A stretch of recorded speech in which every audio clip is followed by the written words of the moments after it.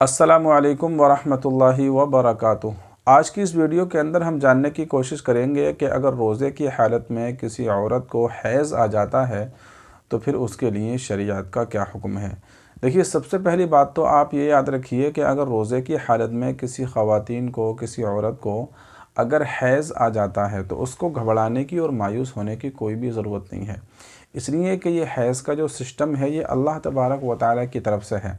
अगर आपका वाक़तन इरादा था कि आप पूरे रोज़े रखती और आप रोज़ा रखना चाह रही थी और आप रमज़ानुल मुबारक का बहुत शिद्दत के साथ आपको इंतज़ार था और आप माशाअल्लाह रोज़े भी रख रही थी, नमाज़ें भी पढ़ रही थी, सारे इबादत के काम कर रही थी, लेकिन फिर अचानक से ये आपको हैज़ आ गया तो फिर तो आपको मायूस होने की कोई भी ज़रूरत नहीं है। इंशाअल्लाह अल्लाह तबारक व तआला आपको इसका पूरा पूरा अजर अता फ़रमाएगा।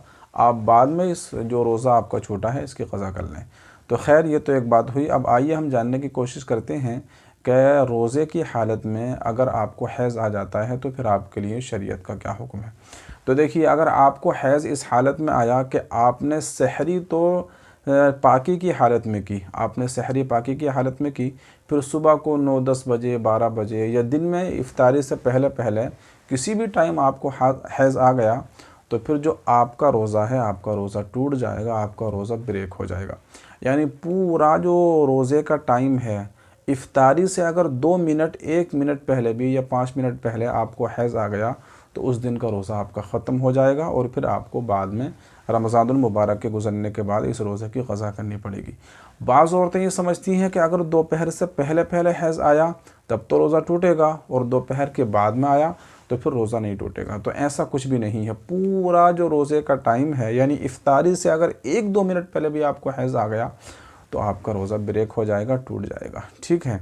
अब देखिए, एक मसले की बात ये समझिए कि अगर आपको हैज़, आपने सहरी तो पाकी की हालत में की, लेकिन आपको 9-10 बजे या 12 बजे या 1 बजे आपको हैज़ आ गया तो फिर जो बाकी का दिन है, अगर आप चाहें तो बाकी के दिन में कुछ खा भी सकती हैं और चाहें तो आप भूखा भी रह सकती हैं, ये आपकी मर्ज़ी के ऊपर है। लेकिन अगर आपको कुछ खाना है तो लोगों के सामने ना खाइए, कहीं छुपकर अलग जाकर आप खा लीजिए। ठीक।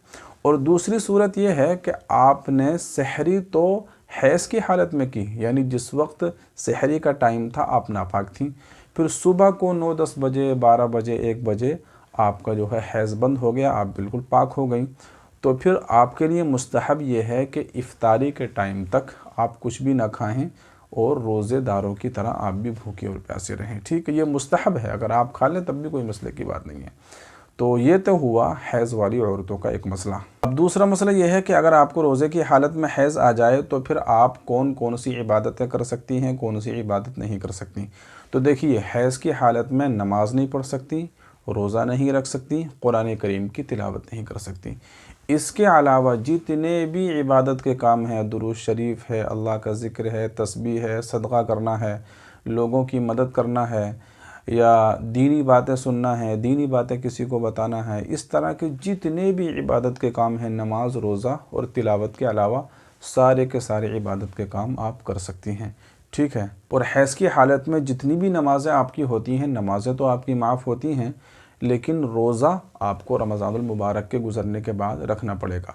और हैज़ की जो कम से कम मुद्दत है वो 3 दिन होती है और ज़्यादा से ज़्यादा 10 दिन होती है।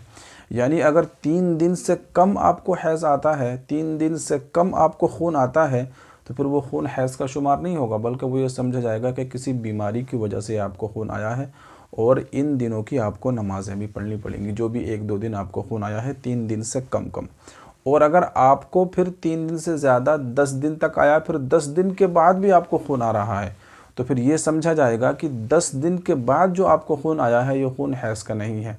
फिर इन दिनों की 10 दिन के बाद की आपको नमाज़ें भी पढ़नी पड़ेंगी। ठीक है।